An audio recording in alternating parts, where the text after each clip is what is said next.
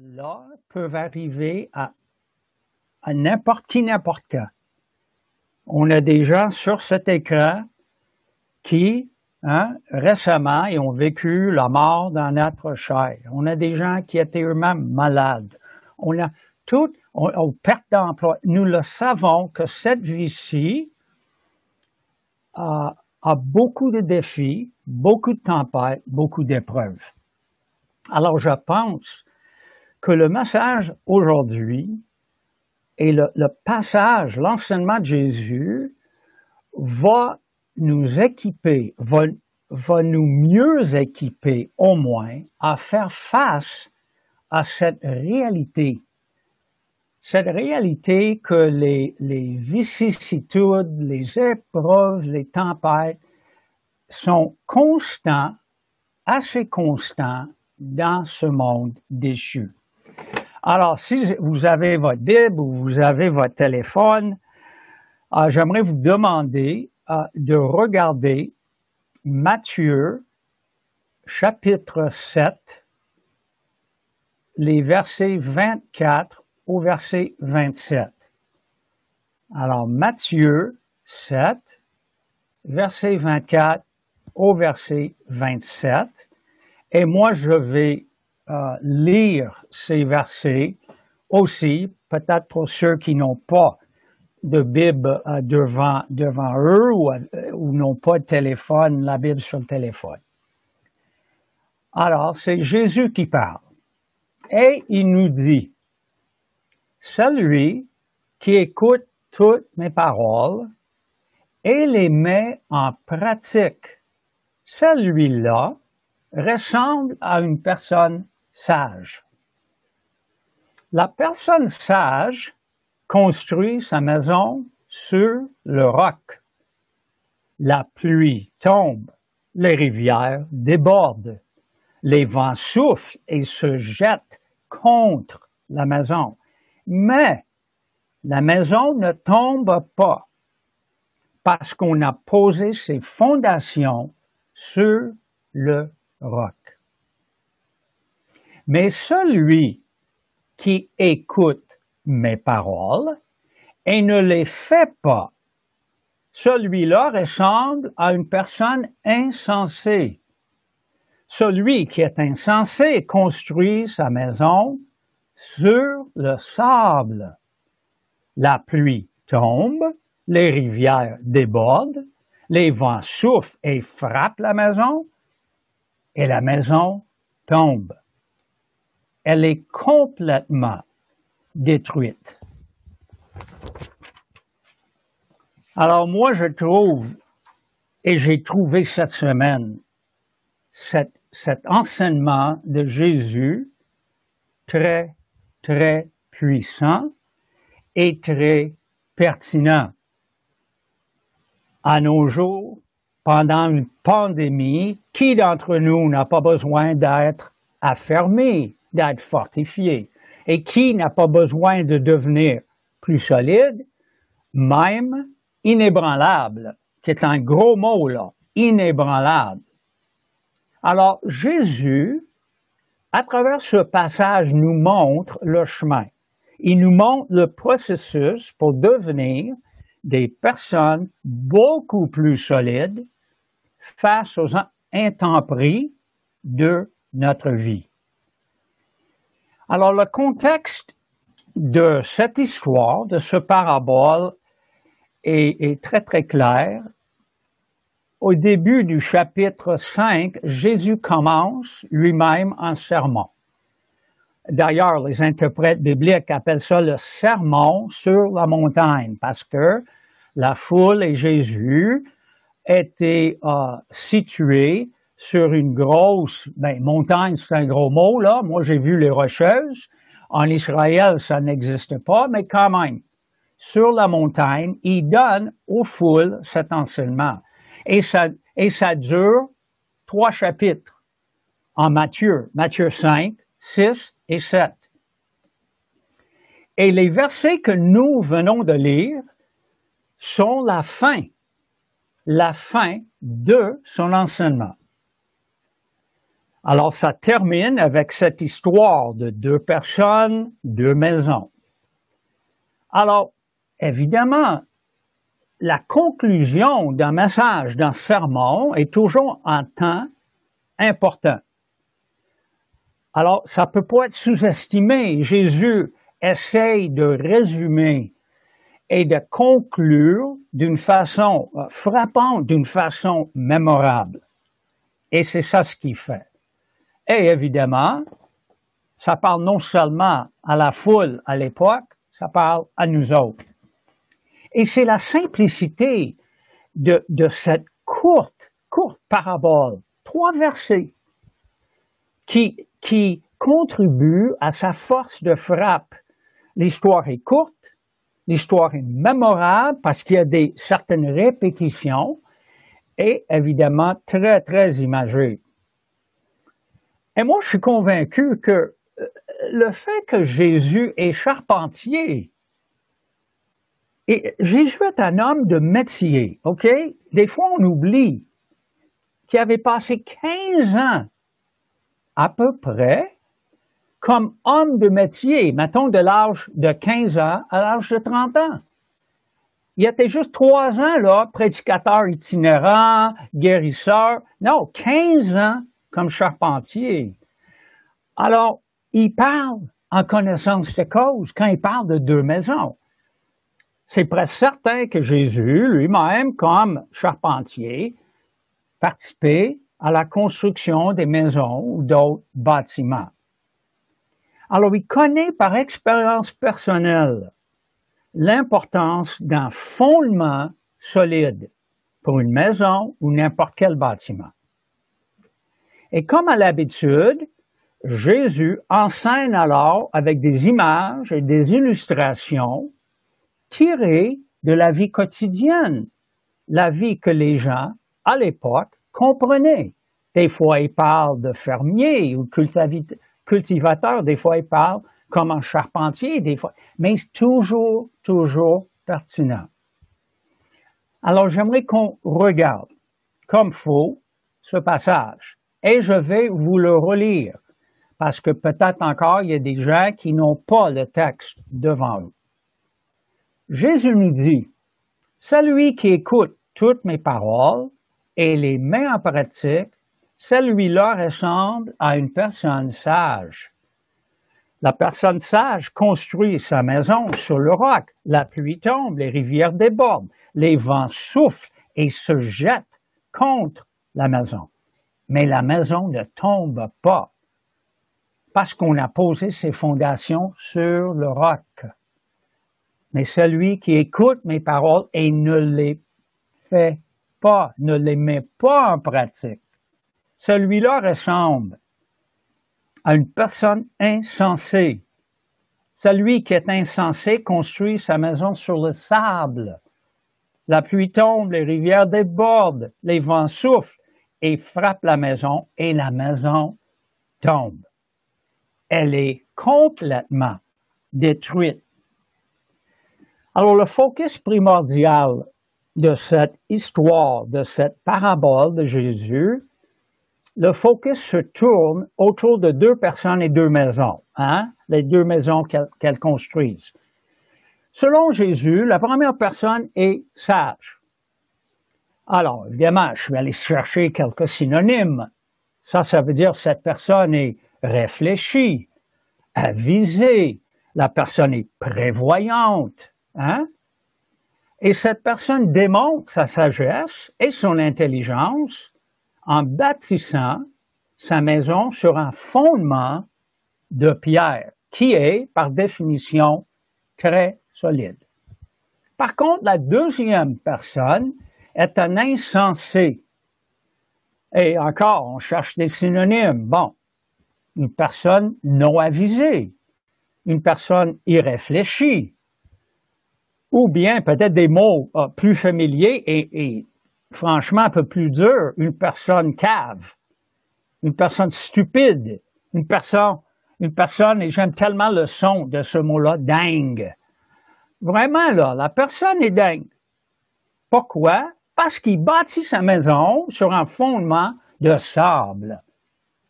qui est complètement instable. Même les mots fondement et sable ne vont pas ensemble. C'est pas un fondement solide. Alors, notons bien que cette deuxième personne, selon Jésus, n'est pas un gros méchant. C'est pas un criminel.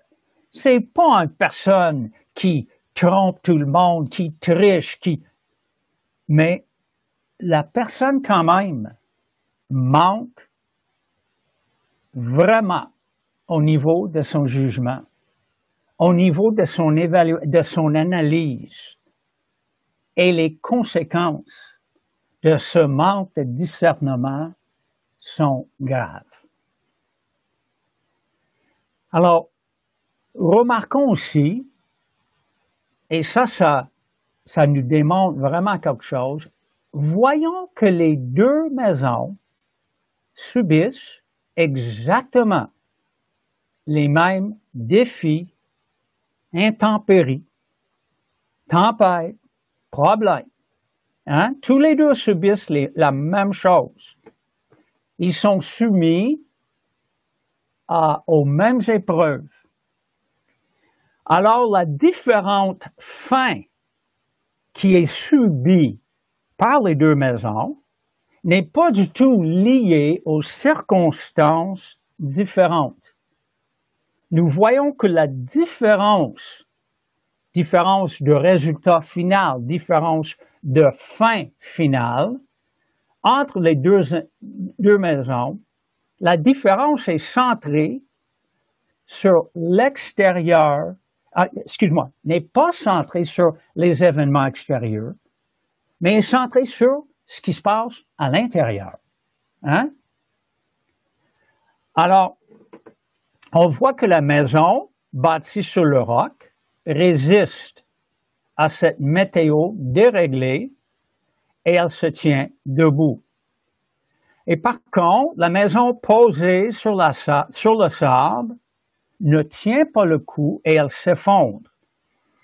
Et Jésus prend le temps de préciser que sa ruine est totale. Il dit la maison tombe. Ah, OK. Mais il vient par la suite avec une phrase très intéressante. En grec, on rencontre le mot méga. Jésus nous dit, dans le dernier verset 27, que l'effondrement de la deuxième maison est un méga effondrement. Une ruine méga. Et même à nos jours, on utilise méga pour grandiose, immense, méga. Et Jésus nous dit, c'est pas juste que la maison a été affectée un petit peu. C'était une méga ruine, complètement en terre. Alors,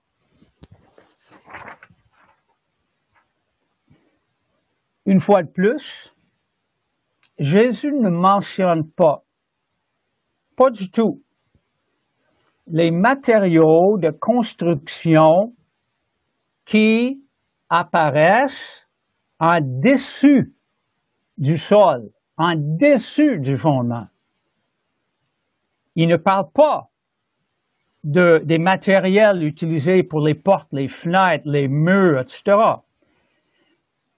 Parce que ça n'a pas d'importance.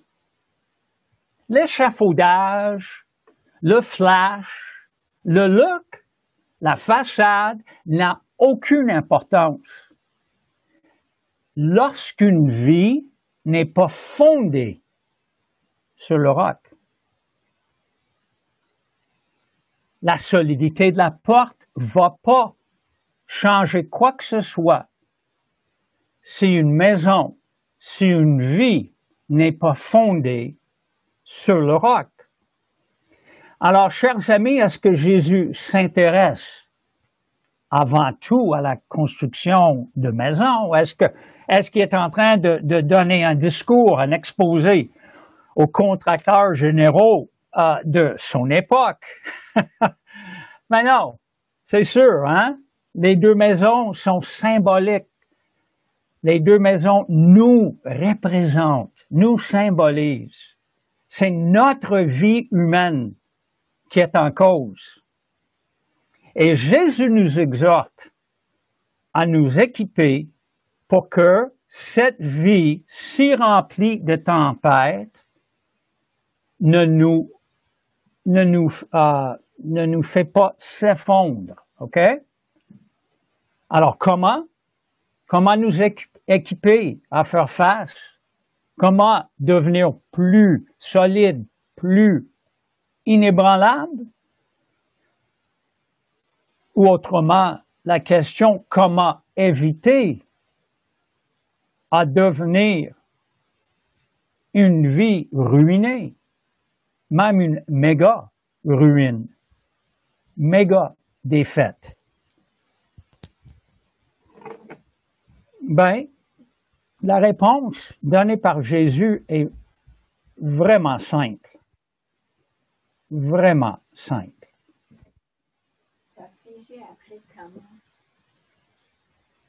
Est-ce que je suis figé?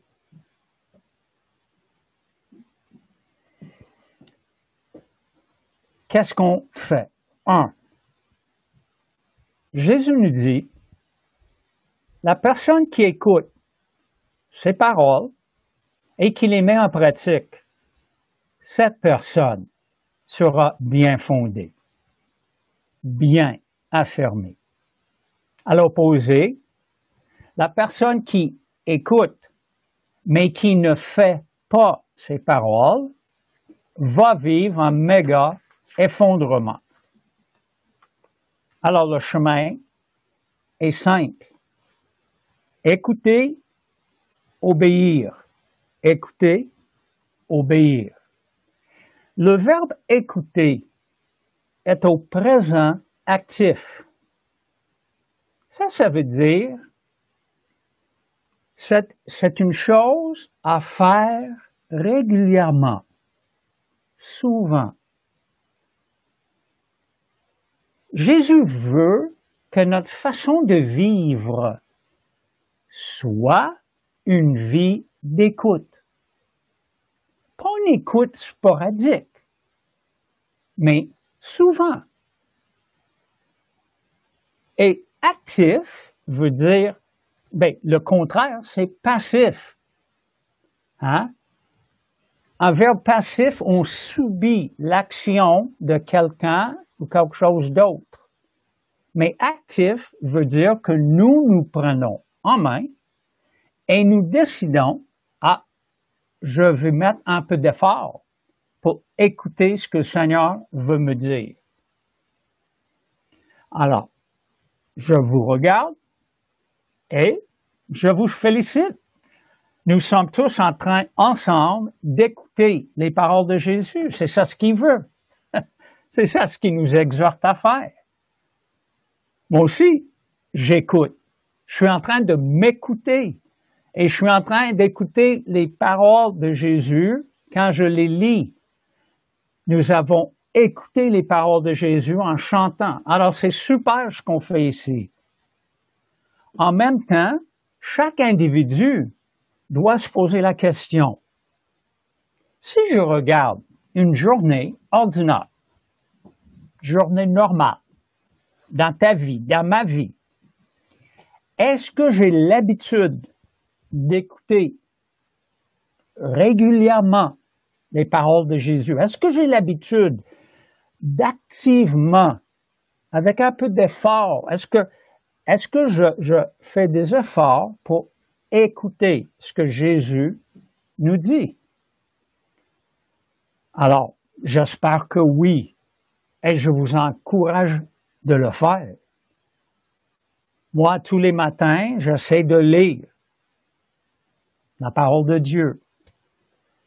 Durant la journée, des fois, je pense à ce que j'ai lu. Quand je parle avec une personne, au moins, durant la conversation, j'aimerais que les paroles de Jésus soient mentionnées. Exemple, on parle de COVID, on parle de nos craintes, on parle de nos préoccupations. C'est normal. Mais à un moment donné, est-ce que moi ou est-ce que la personne avec qui je dialogue va mentionner, bon, mais Jésus a le contrôle, ou mais Jésus dit qu'il peut nous donner la paix, même durant des situations difficiles. C'est ça ce que je veux dire par une journée normale où ces paroles viennent nous toucher durant la journée lorsque nous faisons face à des situations, à des personnes différentes. Je pense que c'est possible. C'est possible. C'est pas une question de se promener avec des écouteurs et notre téléphone que la personne lit, l'exemple, en évangile, puis il lit, et on n'écoute personne d'autre, on ne porte pas attention à aucune autre chose. Mais non. Mais d'avoir le réflexe de dire, qu'est-ce que Jésus dit par rapport à ça? Évidemment, il ne parle pas directement de COVID, mais il parle de maladie, il parle de pandémie, il dit à la fin des temps, on va avoir des pandémies, des tremblements de terre. Alors, il y a toujours, lui, quelque chose à nous dire. Et après avoir écouté, on veut mettre en pratique. Appliquer. Encore un verbe au présent qui alors parle d'un comportement répétitif et actif, présent actif. Moi, je m'investis dans la vie de Jésus, je m'investis à suivre ce que j'entends de lui. OK? On veut que ça devienne un réflexe de plus en plus habituel. Et évidemment, c'est clair dans la parabole. Les deux maisons subissent, qui veut dire les deux personnes, les deux vies, subissent exactement les mêmes attaques, défis, épreuves. Tous les deux, et c'est ça ce que je trouve intéressant, tous les deux aussi écoutent activement, souvent, les paroles de Jésus. C'est ça que le texte dit.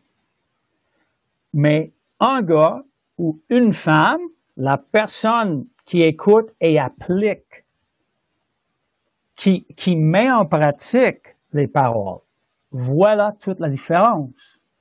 L'autre a beau écouter, même souvent, mais il n'a pas appliqué. Il ne s'est pas investi pour faire. Hein? C'est une chose, entendre. Même Jacques mentionne, soyons des faiseurs de la parole de Dieu, non seulement ceux qui entendent la parole. Alors on voit la différence, c'est vraiment cela.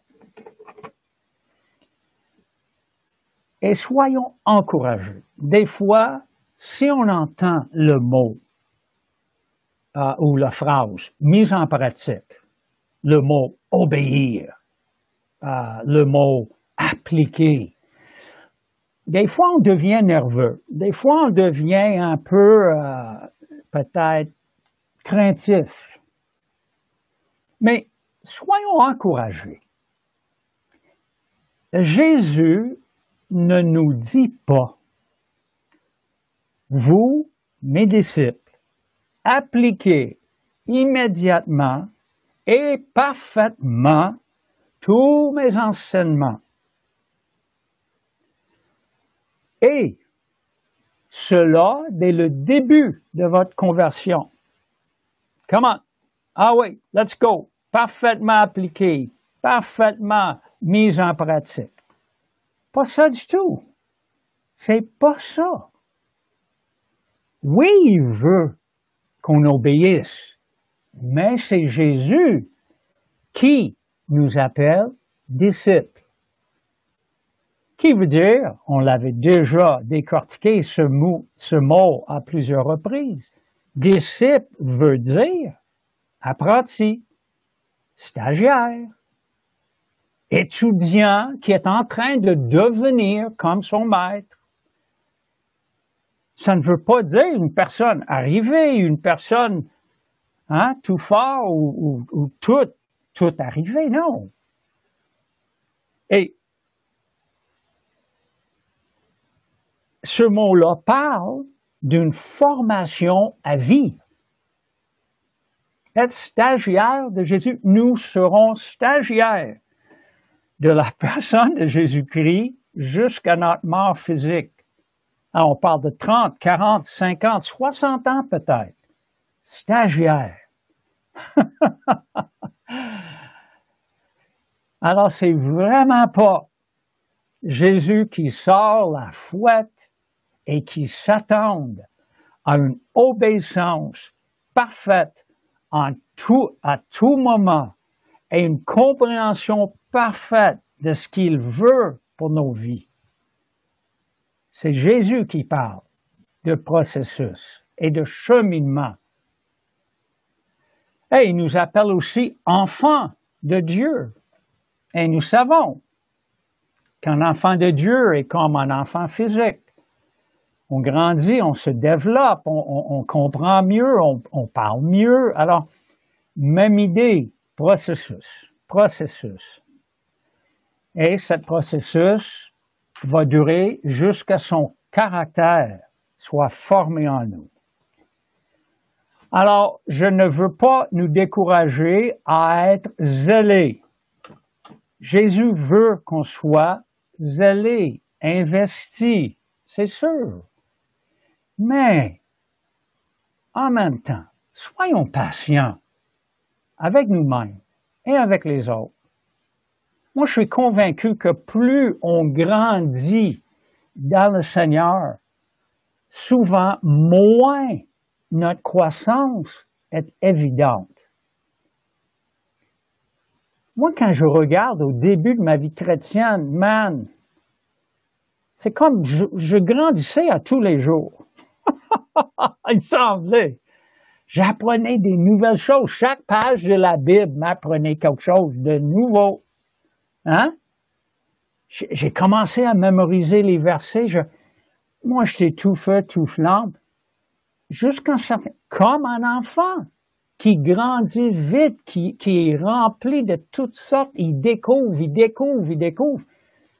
Un adulte, sa croissance est beaucoup plus lente.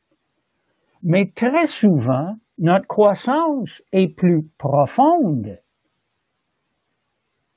Quand je viens au Seigneur, le Saint-Esprit commence à me dire, veux-tu vraiment dépenser tant d'argent pour les paquets de cigarettes? Veux-tu vraiment dépenser tant d'argent pour, je ne sais pas quoi, la bouteille de gin ou veux-tu les choses tellement évidentes? Alors, la croissance semble incroyable. 30 ans, 40 ans plus tard, Jésus met son doigt sur des questions d'orgueil, des questions peut-être de crainte, questions de honte. Ce sont les choses profondes. Ça ne change pas comme ça. Alors, soyons patients. Mais évidemment, avançons en écoutant et en mettant en pratique sa parole. Hey, chers amis, la récompense pour une bonne écoute et une bonne mise en pratique, la récompense est grande. Comme la maison bâtie sur le roc, qui résiste aux épreuves, nos vies vont devenir solides, affermies, même inébranlables. Nous allons tenir bon face aux attaques, face aux assauts. En bref, nous allons devenir, comme Jésus-Christ, de plus en plus en plus. Alors, je termine et et vraiment, je termine en disant, parce que des fois je dis je termine, mais je continue. Je termine en nous disant que ce cheminement d'écoute et de mise en pratique n'est pas du tout un cheminement que nous devons faire tout seuls. Évidemment, Jésus lui-même, par son esprit, nous accompagne. Et en plus, nous accompagnons. Les personnes que je vois, je vous accompagne, vous m'accompagnez. Nous sommes une famille spirituelle. Ensemble, nous faisons équipe. Alors, c'est tellement d'encouragement de savoir on n'est pas seul. Je ne peux pas vous décrire la signification et la profondeur de ce que je vivais en voyant 80, 90, 100 amis Facebook, des gens de Denver, dans l'Ouest, ici, amis francophones, amis anglophones, qui me disaient, je prie pour ton frère. C'est pas juste moi, là, qui dois porter ça. C'est pas juste moi qui dois porter mon cheminement avec Jésus. J'ai de l'aide. J'ai du soutien. Et je me demande, Scott, si tu n'avais pas la sagesse de mettre ça sur Facebook, le résultat, est-ce que ça aurait pu être très différent? Oui, mon frère, il pourrait toujours là mourir physiquement. Et en passant, il est chrétien. Il est chrétien. Mais j'aimerais qu'il vive. Et qu'il vive pour Jésus encore plus qu'avant. Il est chrétien seulement depuis 10 ans.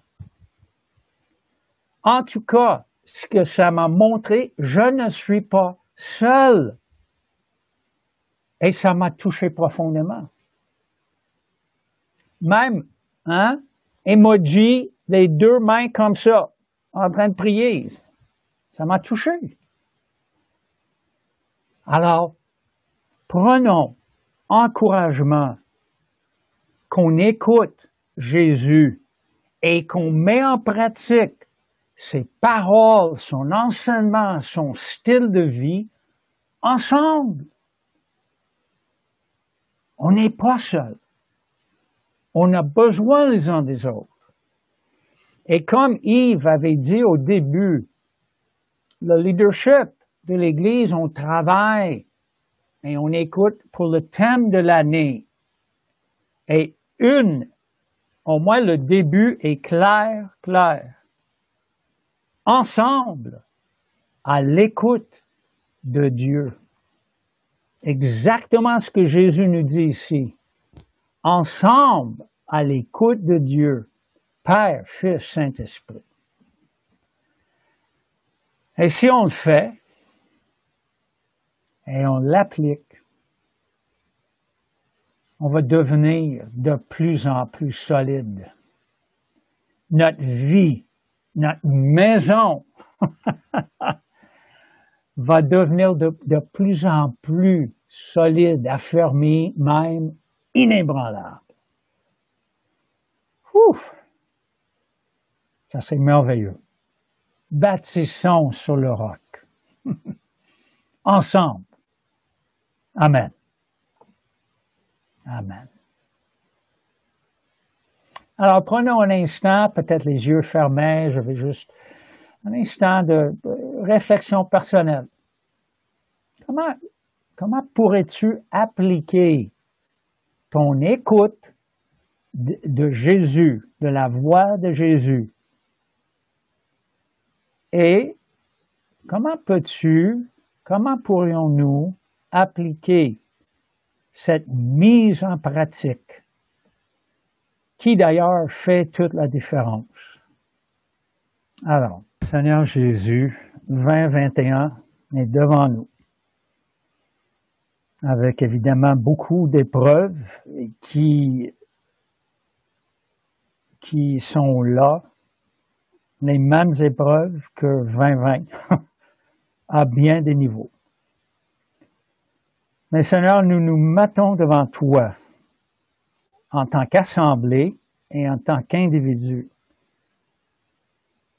Aide-nous à t'écouter, à te prendre vraiment au sérieux. Aide-nous, Seigneur, à vivre une mise en pratique comme des disciples, des apprentis, des stagiaires avec toi. Seigneur, invite-nous à avancer. Aide-nous à avancer, à grandir. Aide-nous à être patients les uns avec les autres aussi. Mais Seigneur, on ne veut pas ne pas avancer. Alors, nous nous mettons sur ce chemin, ton chemin, avec toi, et on va avancer. On va devenir affermis, même inébranlables. Nous prions en ton nom. Amen.